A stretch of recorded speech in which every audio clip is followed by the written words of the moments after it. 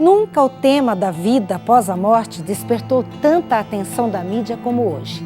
As revistas de maior circulação no país trazem este assunto como matéria de capa. As novelas e programas de TV, os filmes do cinema e os livros que tratam deste assunto têm sucesso garantido. As religiões que acreditam na imortalidade da alma crescem no mundo todo. Afinal, por que a doutrina da vida após a morte está se tornando cada vez mais popular? Tem o Espiritismo uma proposta coerente com a Bíblia? Esta é a série Princípios. Assista ao programa Está Escrito e veja se as respostas da Bíblia têm fundamento e se estão de acordo com aquilo que você pensa ou acredita. Hoje o programa está imperdível. Fique agora com Fernando Iglesias.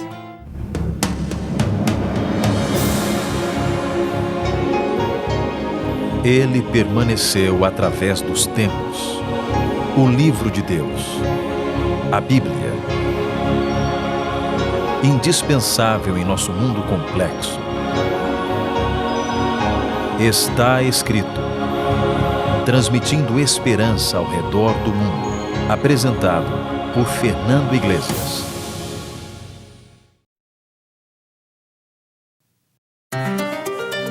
Maurício Braga era um jovem e promissor advogado de 28 anos de idade. Ele estava atravessando um momento difícil da vida dele, quando os problemas vinham de todos os lados, sem dar trégua. Desesperado, sem saber mais o que fazer e onde encontrar ajuda, solução para os seus problemas, recebeu um conselho e um convite de um amigo para ir conhecer uma casa espírita no bairro de Moema, na cidade de São Paulo. Maurício não gostava muito de demonstrações sobrenaturais. Embora tivesse algum tipo de preconceito a respeito do espiritismo, por estar desesperado naquele momento, acabou aceitando o convite. Eu confesso que a primeira vez que eu fui bastante ressabiado, porque havia, e acredito que ainda haja até hoje, muita questão de achar que uma casa espírita tem muita coisa a ver com macumba. E, na verdade, são coisas diferentes. Existem linhas aí que fazem realmente a questão de macumba, existem linhas como Umbanda que tem muitos rituais, mas existem, por exemplo, a linha kardecista, que é uma linha de mais estudo, de trabalhos, assim, mais oração, de cursos, enfim. E eu me identifiquei, porque cheguei lá, não vi nenhum ritual, não vi nenhuma coisa esquisita, e ao contrário, a primeira vez que eu fui, eu vi uma pessoa com um livro chamado Evangelho segundo o Espiritismo, falando de Jesus, falando das parábolas de Jesus. E aquilo me fez aceitar bem, porque eu percebi que estava ali falando de Jesus, não vi nenhuma coisa estranha. Enfim, e comecei a frequentar a casa e comecei realmente a experimentar uma espécie de um conforto espiritual, porque o Espiritismo, ele traz soluções confortantes. A questão da reencarnação, no sentido de que você terá outras oportunidades para você ir se burilando, se aperfeiçoando, crescendo em direção à perfeição. A questão da lei do karma, de você entender que você passa por problemas, mas que, na verdade, são consequências de outras encarnações e que, de uma certa forma, você está pagando ou resgatando, como se diz na linguagem espírita, erros do passado. Isso também te conforta mais, te dá mais força, porque você fala, bom, eu estou resgatando erros que eu mesmo cometi em vidas passadas. Fora o fato de que quando você vê, por exemplo, uma criança aleijada, você já passa a não ficar tão revoltado, que você pensa assim, não, então é consequência de uma vida anterior que ele agora está também resgatando. Então, todo esse conceito de resgate e de justiça, de uma certa forma, vai te confortando muito. Embora Maurício estivesse no Espiritismo por causa da doutrina, muito mais do que pelas manifestações sobrenaturais, sem dúvida, esse foi um outro lado do Espiritismo com que ele aos poucos começou a aprender a conviver e até mesmo respeitar dentro da sua nova religião. Certo dia, depois de alguns meses frequentando aquela casa espírita, embora não gostasse muito dessas manifestações sobrenaturais, Maurício participou de uma experiência fantástica de cura através de uma cirurgia realizada por um médium utilizando corte. Um amigo seu tinha ido até o médico e esse, depois de fazer exames, mostrou que ele tinha um grave problema cardíaco. Foi então que esse amigo de Maurício resolveu ir até Goiânia. Ali, um médium incorporava o espírito do Dr. Fritz e fazia operações com cortes. Numa operação cientificamente inviável, impossível, o médium fez o corte no rapaz e o operou sem anestesia. No dia seguinte, o rapaz voltou ao seu médico com o corte ainda recém-fechado. O cardiologista se espantou e disse assim, olha, só pelo corte que eu estou vendo, e estou vendo que esse corte é de hoje, ontem, você não tinha como estar aqui em pé, você tinha que estar numa UTI, toda cheia de tubos e tudo mais. Então isso de cara me espanta e eu não entendo como. E aí ele fez os exames e detectou que não tinha mais o problema de coração. Então veja, a gente vai participando dos estudos, dos livros. A casa também tem trabalhos de oração, de evangelho no lar. Nós vimos na casa de pessoas fazer um trabalho, uma leitura do Evangelho, sempre usando, como eu disse, o livro Evangelho segundo o Espiritismo, mas trabalhos de caridade muito bonitos. Paralelo a isso, vendo cenas como essa, curas maravilhosas. Então não há dúvida que eu me senti assim, achei o que eu queria. Tanto é que eu comecei a fazer cursos da casa, fiz cursos de médico, são 4 anos de cursos, depois fiz outros cursos, fiz cursos preparatórios para dar aulas. Dos 16 anos que eu fiquei na instituição espírita kardecista, eu diria que uns 10 ou 12 anos eu fiz cursos e também participava dos trabalhos da casa. Como eu disse, trabalho de evangelho no lar, trabalho de passes, sempre com a visão de caridade, de auxílio ao próximo. Toda casa espírita kardecista, você quando entra, você encontra uma placa assim, fora da caridade não há salvação. Portanto, o irmão espírita é uma pessoa muito caridosa, é uma pessoa muito preocupada com o outro, em ajudar, em participar de obras de caridade. E todo esse clima realmente nos envolve, nos faz nos sentirmos confortados, nos dava paz, nos dava esperança, e até mesmo uma espécie de um sentido de justiça divina que explicava, de uma certa forma, todos os problemas e males que nós vemos no mundo. Cada vez mais Maurício se interessou pelos livros do Espiritismo. Ele os devorava um após o outro e se maravilhava com a sabedoria expressa nos livros. Após 16 anos de Espiritismo e alguns como professor, ele já havia lido mais de 100 livros, incluindo romances psicografados por Chico Xavier. Foi então que surgiu um desejo muito grande de se aprimorar ainda mais como professor de Espiritismo. O interessante é que eu comecei, no início do ano, eu comecei a dar as aulas usando, como sempre, todos os professores na casa usavam o livro Evangelho segundo o Espiritismo. O livro Evangelho segundo o Espiritismo, para vocês entenderem, ele é um livro assim, ele tem parábolas de Jesus, trechos da Bíblia transcritos no livro. Então ele é baseado, de certa forma, quer dizer, no sentido de que são transcritos os trechos da Bíblia e depois vem a explicação sobre a ótica do Espiritismo. As poucas vezes em que eu cheguei a abrir a Bíblia, eu confesso que eu achava que a linguagem era um pouco complexa, um pouco difícil de entender, principalmente a parte do Velho Testamento, tudo mais. Mas eu notei que seria bom, que seria importante eu robustecer a minha aula se eu incrementasse com a Bíblia.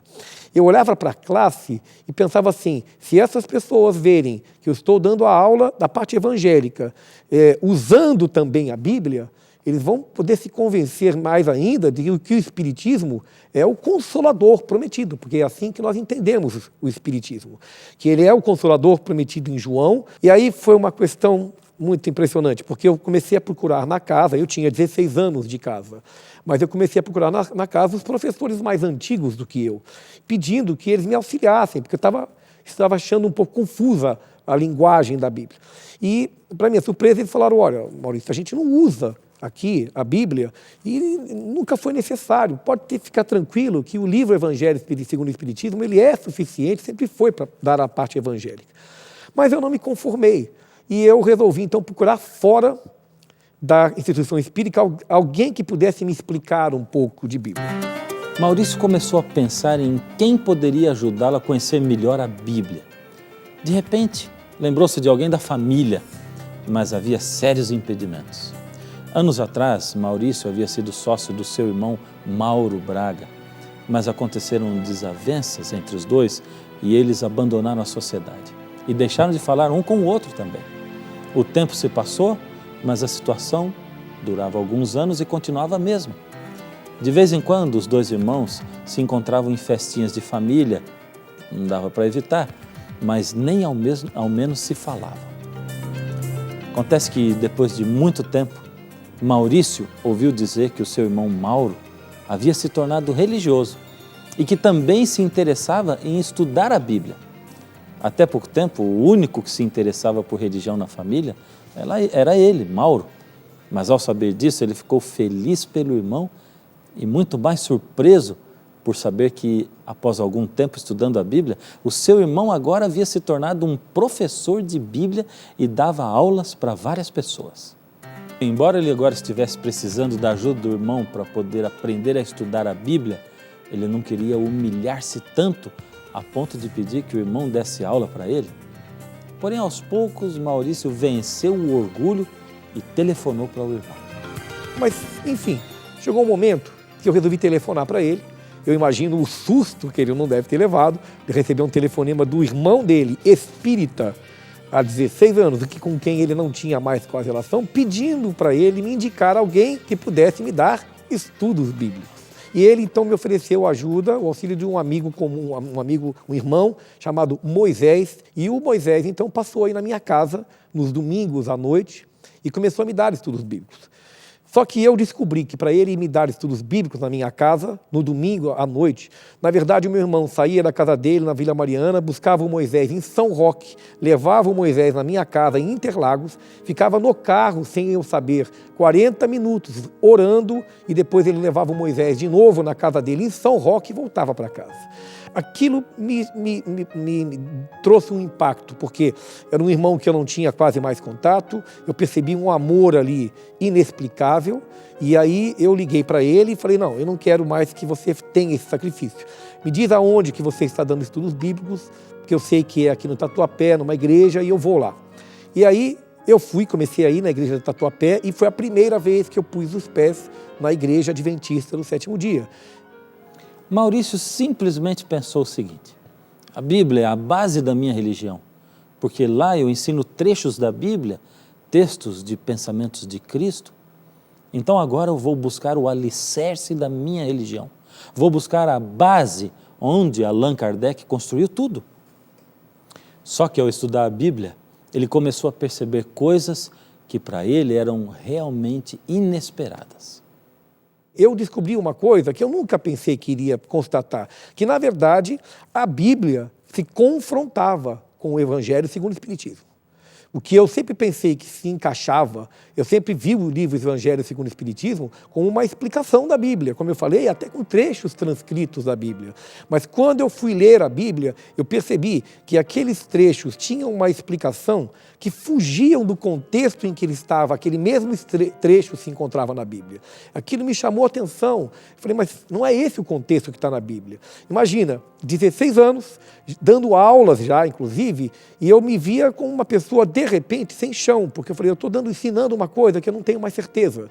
E eu tive que tomar uma decisão. Eu falei, ou o Espiritismo, para mim, ele estava baseado na Bíblia. Eu falei, se eu anular a Bíblia, eu estou tirando o chão onde a casa está construída. Já o inverso, não. Se eu afastar o Espiritismo, eu não estou abalando a Bíblia, muito pelo contrário, eu percebi que eu estaria dando a verdadeira aplicação. E aí eu tive um exercício de raciocínio muito difícil para mim, porque eu falei, a Bíblia é a base da Constituição de todos os países, é um livro que atravessou séculos e séculos. Se eu tiver que dar seriedade, se eu tiver que acreditar mais, eu tenho que acreditar mais na Bíblia. O que Maurício estudou na Bíblia que o deixou assim tão apavorado e frustrado com tudo no que ele acreditava antes e o que ele conheceu agora? Então eu pensei comigo, eu tenho que parar um pouco as aulas, estudar agora a Bíblia, para que eu possa tomar uma decisão e saber o que é que está certo ou errado. Foi aí que Maurício decidiu pegar os 5 pilares do Espiritismo, que são a base em cima da qual o Espiritismo está fundamentado, e começou a estudá-los profundamente, à luz da Bíblia. A reencarnação, o estado do homem após a morte, a lei do karma, os médiuns e a evolução.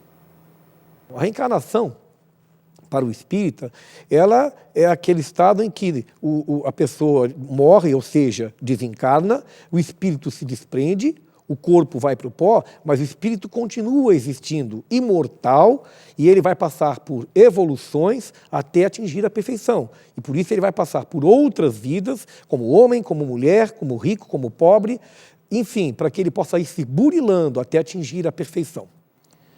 Na Bíblia, no livro de Gênesis, você encontra revelações fantásticas. Deus sempre esteve interessado em que nós soubéssemos o que acontece com o homem após a sua morte.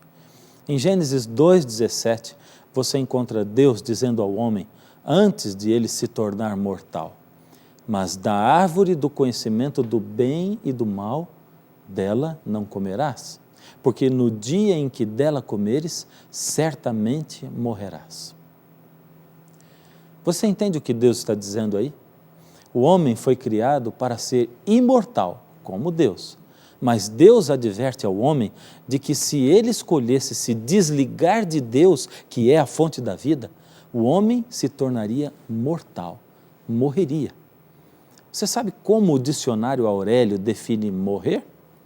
Morrer, deixar de viver. Só que logo após Deus dizer isso ao homem, Satanás se aproximou da mulher e conversou com ela. O que Satanás disse está ali em Gênesis 3, verso 4. Certamente não morrerás.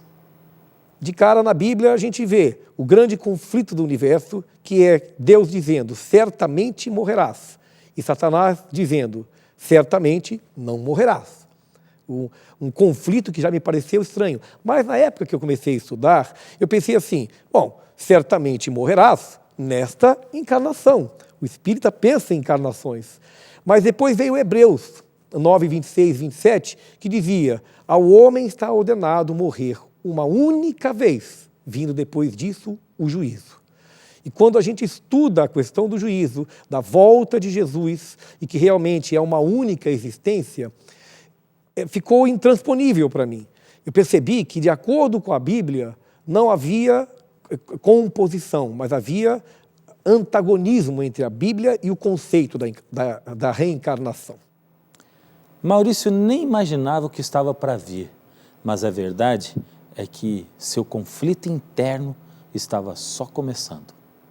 Na questão do estado do homem após a morte, o Espiritismo ensina que depois que nós desencarnamos, nós vamos continuar existindo, existem cidades espirituais, onde nós vamos aprender, estudar, alguns reencarnam segundos depois, outros podem reencarnar anos, séculos depois, mas tudo com o objetivo de estudo, de aprimoramento e uma nova encarnação, sempre programada, com genes, com aquilo que a pessoa vai ter que passar de bom e de mal. Percebe como tudo tem um fundo muito lógico? Aí a gente pensa assim, realmente, a gente vê a ciência falando hoje dos genes, da pessoa que já vem com uma doença genética, então tudo parecia muito lógico. Só que na Bíblia, quando eu comecei a estudar, dizia claramente, se eu não estou enganado em Eclesiastes, que o homem não tem parte em coisa, o morto, a pessoa que morre, não tem parte em coisa alguma do que se faz debaixo do sol. Esse texto que Maurício acabou de citar é Eclesiastes 9, 5 e 6. E quando lido na íntegra, diz o seguinte, porque os vivos sabem que hão de morrer, mas os mortos não sabem coisa nenhuma, nem tampouco terão eles recompensa, porque a sua memória jaz no esquecimento. Amor, ódio, inveja, para eles já pereceram, para sempre não têm eles parte em coisa alguma do que se faz debaixo do sol. Veja, é uma frase muito forte, muito expressa e muito clara, não tem parte em coisa alguma. Essa declaração bíblica, eu estou citando uma, mas existem várias, também afastava a doutrina do Espiritismo a respeito sobre o estado do homem após a morte. O terceiro pilar do Espiritismo, conforme Maurício apresentou, é a lei do karma, muito conhecida e divulgada até por pessoas que não são espíritas, que a chamam de resgate. Maurício levou um susto ao deparar-se na Bíblia com João 9, 1 e 2, onde diz o seguinte: caminhando Jesus viu um homem cego de nascença. E os seus discípulos perguntaram: mestre, quem pecou, este ou seus pais, para que ele nascesse cego? Para mim, aquela pergunta tinha um conteúdo enorme de espiritismo e de lei do karma. Até mostra que naquela época já havia o conceito da lei do karma, porque senão eles não perguntariam o que ele fez para nascer cego de nascença. Veja, é uma pergunta espírita, é uma pergunta de conteúdo da lei do karma. E a resposta de Jesus, ela é clara: nem ele, nem seus pais pecaram, mas isso aconteceu para que se manifestasse a glória de Deus. E aí a gente estuda que, na verdade, é tudo consequência do mal, do pecado, e que nós estamos colhendo o fruto do erro do homem.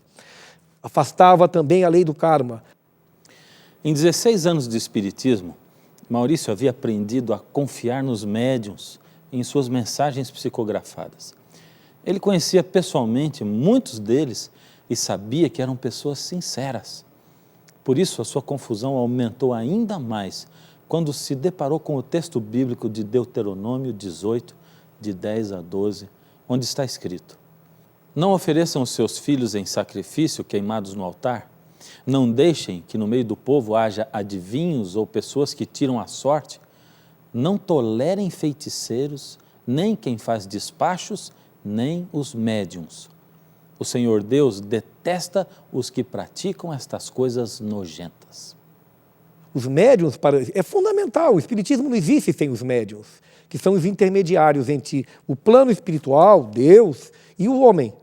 Eu pensei assim, não, a Bíblia tem que falar alguma coisa sobre os médiuns, porque é o instrumento de consolo, o instrumento de comunicação que nós temos com Deus. E aí a Bíblia vem dizer que o Deus abomina os médiuns. A Bíblia vem dizer: por que consultar os mortos se nós podemos consultar o nosso próprio Deus? O último pilar do Espiritismo era a evolução. E esse pilar foi igualmente desmoronado na Bíblia. Muitos textos deixam claro o que está também em Eclesiastes 3, 19 a 21.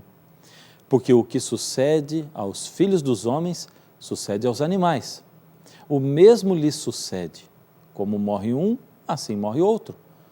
Todos têm o mesmo fôlego de vida e nenhuma vantagem tem o homem sobre os animais, porque tudo é vaidade. Todos vão para o mesmo lugar. Todos procedem do pó e ao pó tornarão. Quem diz que o fôlego da vida dos filhos dos homens se dirige para cima e o dos animais para baixo, para a terra?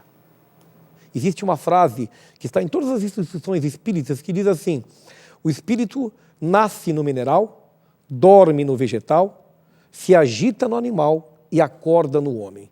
Uma frase profunda, mas que na verdade a gente vem aprender em Eclesiastes, na Bíblia, que tudo o que acontece ao homem se sucede também ao animal. Ou seja, enquanto a doutrina espírita mostra que há uma evolução do espírito pelo mineral, pelo vegetal, pelo animal e finalmente no homem, ou seja, deixando claro, portanto, que o animal é um estado anterior ao homem, o homem é mais evoluído, a Bíblia deixa claro que todos vão para o pó e ao pó tornarão. Eu só estou aqui pensando em você que sempre acreditou na vida após a morte e que está assistindo a esse programa hoje. Eu sei que ainda devem existir muitas perguntas aí na sua mente, como por exemplo, por que tantas pessoas acreditam na vida após a morte, a maioria? Se as pessoas não continuam vivas após a morte, então o que acontece com elas? O que você diz agora, então, dessas mensagens psicografadas, das operações, dos milagres, de pessoas tão fantásticas e tão bondosas como Chico Xavier, por exemplo? E o que você fala sobre pessoas que já estão hoje até gravando e filmando mortos, espíritos, almas, que vêm para dar mensagens aos vivos? Esse assunto é tão importante que nós reservamos 2 programas para podermos falar a respeito dele. Acontece que, nesse momento, enquanto você recebeu esse tanto de mensagens novas aí na sua mente, enquanto você processa, enquanto seu coração parece aí meio apertado com tudo isso que você ouviu, enquanto ele ainda espera o que está para vir, só nos resta orar Orar para Deus, para que Deus possa falar a verdade a você, para que Ele possa interiorizar isso dentro do seu coração. E é isso que eu gostaria de fazer. Que tal orarmos juntos? Incline a sua cabeça onde você está. Deus amado, tome-nos nas suas mãos, Senhor. Que ao ouvirmos a sua verdade, possamos olhar para ela e somente para ela. Senhor, se temos pensado coisas e praticado coisas que não são a verdade ou que não estão corretas, que o Senhor possa trabalhar no nosso coração e operar de tal maneira que o Senhor Deus, o Senhor Jesus, possam ser as pessoas mais importantes para nós e a prioridade na nossa vida. Coloca a sua mão sobre esse seu filho que está aí, essa sua filha, em nome de Jesus. Amém. No programa de hoje, você pôde ver como o advogado Maurício Braga, estudando a Bíblia, descobriu que estava no caminho errado. Mas você deve estar pensando aí, eu gostaria tanto de estudar a Bíblia, mas ela parece tão complicada, eu leio e não entendo nada. Se eu estudar sozinho, logo vou desanimar. Que bom se eu pudesse contar com a ajuda de alguém igual ao Maurício Braga, mas quem? Eu não conheço ninguém para vir até a minha casa. Foi para isso que nós preparamos a revista Princípios. Uma revista ilustrada com linguagem clara e exemplos práticos para fazer você se aprofundar mais na Bíblia de uma maneira simples e objetiva. Essa revista é um presente do Está Escrito para você, totalmente grátis. Você pode agora mesmo fazer contato conosco através do telefone, por e-mail ou caixa postal e solicitar a revista Princípios. Nós estamos esperando por você. Será que Bíblia e Espiritismo se contradizem mesmo? Será que Maurício não cometeu apenas um tremendo engano? E o que acontece com o homem após a morte, segundo a Bíblia, a Palavra de Deus?